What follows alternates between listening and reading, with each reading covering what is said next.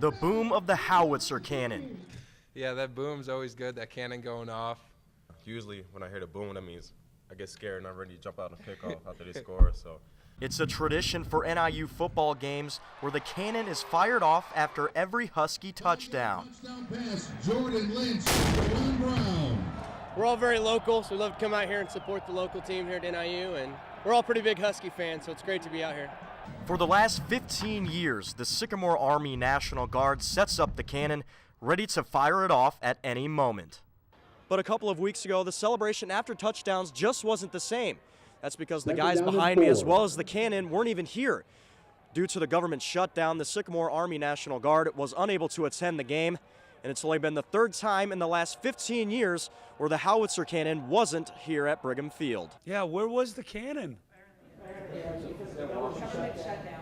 That's a bummer.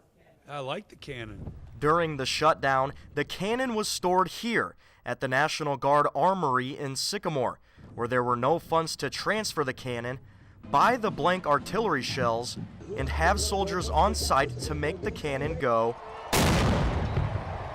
It's great to be back out here. We've been coming here for many years, so it was a little awkward for me. Ever since I've been here, I've been to every single home game, so it was a little different, but we're very happy to be back in this weekend.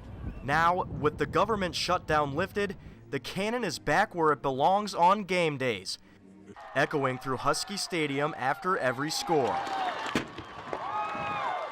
And because NIU is constantly getting touchdowns, the question is, will the cannon have enough artillery shells?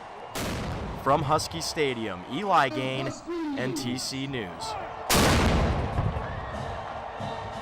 The day is finally here, the biggest MAC game so far this season. NIU puts their 15th BCS ranking on the line tonight on ESPN2. I'm Eli Gehn for NTC Sports, coming to you today from Husky Stadium. Now, right now behind me, it's a little quiet. It's windy. But once 6 p.m., 7 p.m. comes around, that's when this field will get electric, as NIU is set to take on Ball State for the Battle of the Bronze Stalk Trophy. The DeKalb softball season is just around the corner, and one player is ready to get back on the diamond just as much as anybody. Junior pitcher Kaitlin Kowalski is returning to the mound after missing the second half of last season. You know, at first she started complaining with a little bit of soreness in her shoulder, swelling of the hand, and then the first time I actually noticed it in a game, and I just went ahead and pulled her, was her arm motion. It took weeks for Katie and her doctors to figure out what the problem was. But once the doctors at the Mayo Clinic in Minnesota figured out what it was, there was a sigh of relief. So, I was just nervous, but then once they figured it out, I was really excited. I was nervous for the surgery, but I was excited because then it was kind of an easy fix, they could fix it, so then I could get back to playing. Katie developed thoracic outlet syndrome, a rare condition when blood vessels and nerves from the spine pass through a narrow space near the shoulder and collarbone. To fix the issue, doctors had to remove a section of Katie's upper rib to release pressure in that area. Basically what they did, the rib is considered a muscle, and they're removing a muscle, and they said give it 4 weeks to heal, the incision to heal and all that, and then after that it's basically how are you feeling and your pain tolerance. And Katie's been working ever since then, really slowly, just to start increasing what she's been doing as far as throwing and all that. And now, 8 weeks after successful surgery, Katie is back with her team gearing up for the season. Even though coming back from surgery can be scary, it can also be a time of anticipation. It's tough to watch her go through it, but it's more exciting to see her go back and pitch and throw. We really enjoy watching her pitch and throw. It feels so good. It's such a relief to get back out and actually start playing again. It feels so good to be back out. From DeKalb High School, Eli Gehn, Top Shelf Sports. This young man here is tapping into a tree at the Russell Woods Forest Preserve in Genoa. He's tapping into this maple tree to get its sap. See it? It was all part of the annual Maple Syrup Festival, where families like these are learning the history behind the tasty treat. It's a total new experience, and we love real maple syrup. We're so spoiled. These people here get to see the sap boiling over an open fire, leading to the end result. That's the final product. But the taste test is always the best part. It's like a sucker. Inside, kids are enjoying arts and crafts, eating some delicious pancakes, and even hanging out with TJ the Turtle. But with the creation of cell phones, laptops, and game consoles, folks going outside and enjoying Mother Nature is happening less and less. And some people are afraid of what that could mean. You know, it's not always a bad thing. We need people that understand technology. We need all that. What scares me is that disconnection from knowing where we're from. But today was about families enjoying what Mother Nature has to offer. And for some, getting outdoors is the best way to have fun. There are so many fun things to do outside, and to learn to make your own fun is invaluable. Whether it's learning about the outdoors, taking a hike, or just spending time with your loved ones, the TV isn't the only source for having fun. From Genoa, Eli Gehn, NTC News. Alexis Gonzalez has started her NIU volleyball career, and she plays arguably the most important role on the team. She is a setter, the quarterback of the front line, positioning her attackers and setting them up for the kill. So why have a freshman take on such a big leadership role? I think it's everything that she is capable of doing, and everything we talk about she's capable of doing, you know? So I thought it was awesome for her to step in and do some positive things right away. I think our group has accepted her really well, and I think we've, been able to make good steps throughout our season. And with that leadership comes a family legacy. But for Alexis, volleyball wasn't something that was in her family legacy bloodline. Her father, Francisco Gonzalez, was a professional tennis player in the 1970s and 80s. He ranked as high as 34th in the world in singles and 24th in doubles. And it was a sport that Alexis got involved with when she was a little girl. But yeah, my dad got me started in tennis when I was 2, because he played on the Pro Tour for about 13 years. And so that was just kind of a thing that we always did. And I played that competitively, and I didn't start playing volleyball until 6th grade. And she continued to play volleyball throughout high school, along with playing the game of tennis and even picking up the game of badminton. A 3-sport athlete who followed the passion of playing volleyball, a game she is playing under the net with the help of the game her father played over the net. So I know that without tennis, going to volleyball probably would have never happened. But yeah, volleyball definitely just has I have a greater love for it.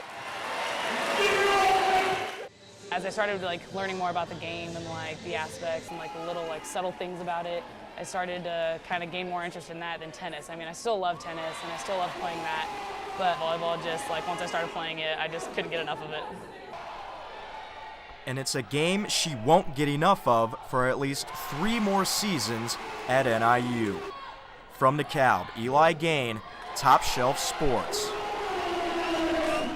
Thanks, guys. We're standing underneath the bleachers here on the east side of Husky Stadium, where the NIU Police Department is hosting an auction selling off items that students have not claimed from the police department. And as you can see, it's been a pretty good turnout this year despite all the cold weather. Bicycles.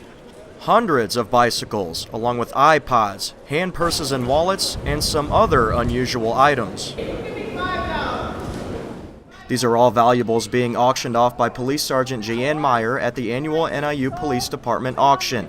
Despite the cold, rainy weather, people take the time to attend the auction to see if they can get some good deals. It's actually pretty fun. The auctioneer's fun. Sergeant Meyer plays a little bit with the crowd, and so that makes it more interesting, and it's exciting to get stuff for a bargain. People here are looking at the items available to see what they want to place their bids on. Mike Craze has his eye set on a couple of different things. I'm looking at maybe the camera and maybe an iPod or something. I'm not into the bikes. I've got one right now that I don't ride all that often, so. Yeah. But these items aren't just precious valuables owned by the police department. They are items that have been sitting at the campus police station for over 6 months that have gone unclaimed by students from around the NIU campus. iPod Nano. So all of those items that aren't claimed at the NIU police station come here to the table, from iPods to jewelry to even watches. And then bikes that are usually kept in storage are now stored here outside of Husky Stadium. Some of the more popular merchandise, such as iPods, go for about $50 to $60, while little items sell for less than $1. 50 cents, how about $1? We at the police department enjoy this event, and we look forward to encouraging everybody to come out to these events and having a good time.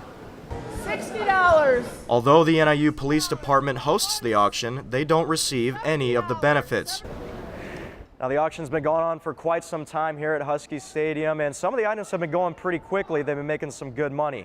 And if you are wondering where that money is going, it's going to a general fund for the state of Illinois. From Husky Stadium, I'm Eli Gehn, NTC News.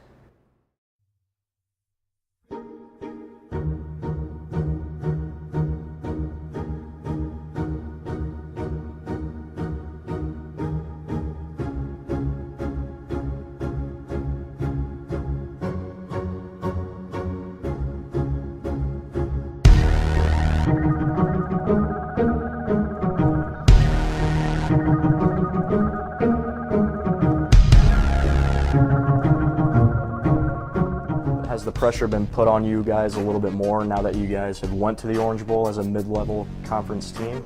Yeah, I would say the target's on our back. Every time we play a team, we're gonna get their best shot. They're gonna get our best shot too. So, a lot of teams know about us now playing on the big stage, and a lot of teams are gonna come, pretty hungry for us. Welcome back to the Sports Ticket. I'm Eli Gehn. The Ice Hogs are 0-3 to start the season, but hopefully some home cooking would be the remedy to get this team their first win tonight. The BMO was packed and loud for the Hogs home opener against the Charlotte Checkers. I'm not talking about the board game. First period, Ice Hogs on the attack, and Ryan Staten rips a slap shot. It's tipped in by Marcus Kruger, and I got to tell you, that's a nightmare on Elm Street you can like, as the Hogs take a 1-0 lead. But as has been the case early this season for the Hogs, the Checkers respond with 2 goals from left wing Drayson Bowman, and the Checkers go on to win it 2-1. The losing streak for the Hogs is extended to 4 games. The rematch between these two teams is tomorrow at 5 p.m. Today's regional soccer final between Boylan and Hononegah was all about the defense. Here's Hononegah goaltender Henry Reynolds making an excellent stop and covering it up to stop the rebound, keeping Boylan off of the board. But his counterpart, Nate Weisby, he would do the same for the Titans here. Nice stop, keeping Hononegah at bay, and we were tied at 0s heading into the final 2 minutes till Mitchell Lotko is going to get this pass here. He's going to have the nice header to put it into the net. Kind of reminds me of Abby Wambach, except he's a boy. And Boylan, they go on to win the regional championship 1-0. The last time the Keith volleyball team made state, they lost to Mount Pulaski in the Class 1A final. That was 4 years ago. So this year, they can get a rematch. The Cougars just have to get past Kansas in the semis. India McGarry does her part in the first set with the service ace while the Cougars build on an early lead. Tri-County cuts the lead to 2 points, but Ali Nicolasi spots up and sends it home for the Cougars to win the first set 25-23. But could Keith carry that momentum into round 2? You betcha. Here's Adeja Lambert. What do you want from her? How about a team high 8 kills? Keith leads 14-10, and the Cougars continued to pound the ball above the net. Iman McGarry sends home the final point as Keith takes the match 25-18. The Cougars earn that rematch with Mount Pulaski tomorrow at 10:30 a.m. Amanda Corral, freshman guard here at NIU, who was second on the team in scoring, averaging 10 points per contest this past season. The way she played throughout the year, you never would have guessed that this happened just over a year ago. Her senior season at Hobart High School was over. A torn ACL and partially torn MCL, possibly shattering Amanda's dream of playing college basketball. I thought right away, like, if Coach Bennett would still want me, or like, would I be good enough, and things like that. But Coach Bennett didn't pass on the scrappy point guard. She felt that the time off the court would be a good thing for Amanda. I just think when you have an injury like that, it shows you how much you love the game. I think it helps you become even more committed because you don't ever want to be without it again. But Amanda wouldn't need the time to sit on the sideline. whether it was here at the Convocation Center or any other arena that she traveled to, because it took her just 5 months to recover from her injury, an injury that usually takes 9 to heal from. Just a couple of days after successful surgery, Amanda hit the weight room to rehabilitate her knee for her hopes to get back onto the court once the season got underway. But Coach Bennett didn't want to rush Amanda into game action because she was looking at the bigger picture. I wanted to make sure that the graft had, because I know a little bit about knees, that it was, strong and, had some information on her doctor, and just wanted to make sure that it was okay for her to be doing, because her future, is here. With her future at NIU looking up, Amanda doesn't think about the injury that almost kept her down. It hasn't been an issue. Like, I tweaked it a couple times, but it gets sore from time to time. But other than that, when I'm playing, I don't think about it at all.